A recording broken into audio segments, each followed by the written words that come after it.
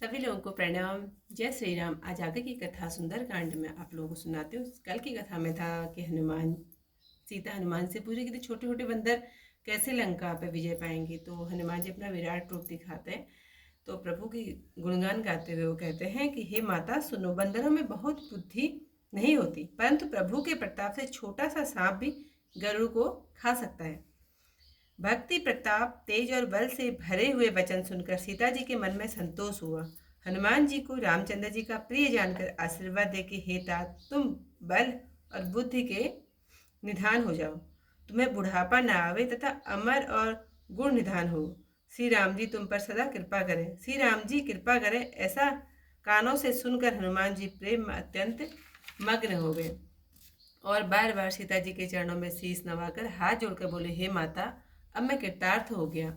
आपका आशीर्वाद अटल है और यह बात प्रसिद्ध है। हे माता, वृक्षों में सुंदर फल लगे देखकर मुझे बड़ी भूख लगी है। सीता जी ने कहा, हे पुत्र, इस फुलवाड़ी की रक्षा बड़े योद्धा करते हैं। हनुमान जी ने कहा, यदि आप मन में सुख माने तो मुझे उनका कुछ भी डर नहीं है। सीता जी ने हनुमान जी को बुद्धि और बल में निपुण देखकर कहा, हे तात, जाओ, श्री रघुनाथ जी के चरणों को हृदय में रखकर मीठे फल खाओ।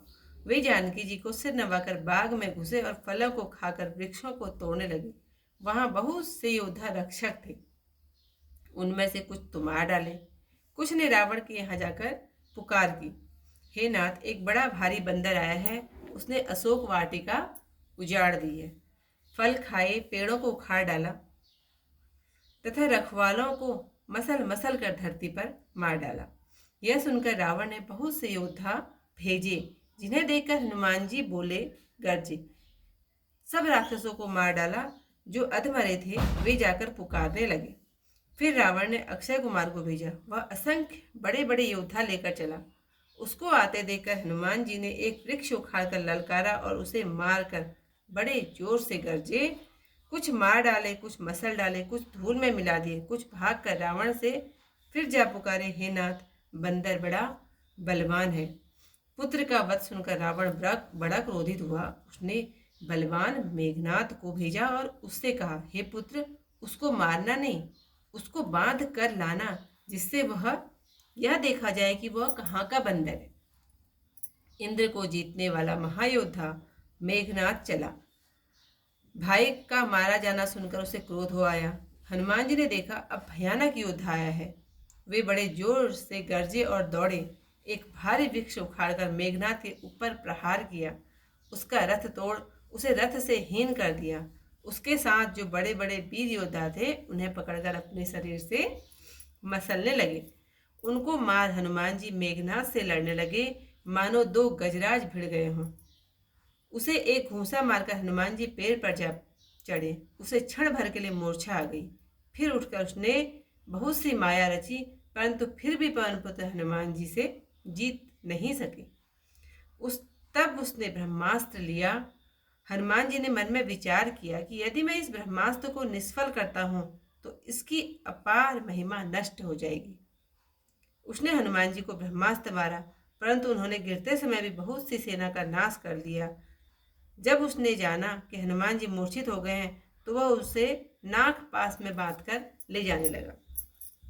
हे पार्वती सुनो, जिसका नाम जपकर ज्ञानी मनुष्य संसार के बंधन से छूट जाते हैं, उनका दूत भी कहीं बच सकता है, किंतु स्वामी के कार्य के लिए हनुमान जी ने अपने को बधा लिया।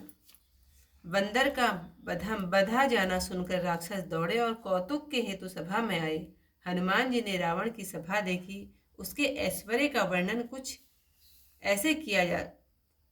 कुछ किया नहीं जा सकता। मतलब इतना अच्छा रावण का दरबार था। दिक्पाल हाथ जोड़े हुए नम्र भाव में खड़े और डरते हुए जब सब रावण की भ्रिकुटी देख रहे हैं, ऐसे वैभव को देखकर भी कपि के हृदय में तनिक भी शंका, डर नहीं हुई। जैसे सर्पों में गरुड़ निशंक रहता है, हनुमान जी को देखकर रावण दुर्वचन कहकर खूब हंसा। फिर पुत्र का वध याद करके उसे हृदय में बड़ा दुख हुआ। इतिहास की जो कथा यहीं पर समाप्त करती हूँ, क्योंकि फिर बहुत लंबी हो जाती है वीडियो। थोड़ा सा चौपाइयाँ। मन संतोष सुनत कपिवानी, भगति प्रताप तेज बलसानी।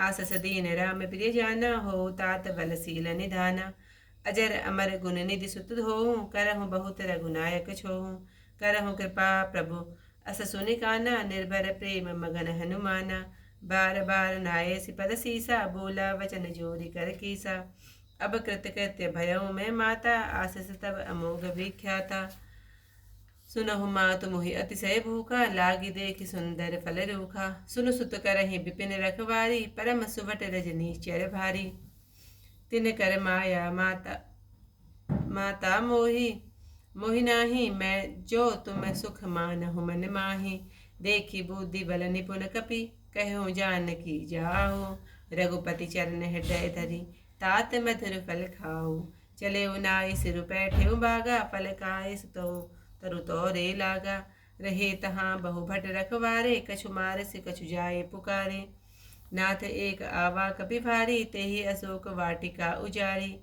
खाए सी फल अरु बिटप उजारे रक्षक मर्दि मर्दि मही डारे सुनि रावण पठे भट नाना तिनहि देखि गरजेउ हनुमाना सब रजनी चर कपि संहारे गए पुकारत कछु अधमारे पुनि पय ठियउ ते अच्छे कुमारा चला संग लय सुभट अपारा आवत देख बिटप गही दर्जा नाता ही निपाति महाधुनि गर्जा कछु मारे छु कछु मर्दसी कछु मिले सिधई धूरी कछु पुनि जाए पुकारे प्रभु मरकट बल बूरी सुनि सुत वद लंके सरिसाना पट इस मेघनाथ बलवाना मार सि जानि सुत बांध सुताई देखिए कपे जह कहाँ कर आई चला इंद्रजित अतुलित जोधा बंधु निधन सुनि उपजा क्रोधा कवि देखा दारुण भट आवा कटकटा गर्जा अरुधावा अति विशाल तरु एक उपारा विरध कीन लंकेश कुमारा रहे महाभटता के संगा गहे गए कपि मर्दय निज अंगा तनहि निपातिता ही सन बाजा फिरे जुगल मानव गज राजा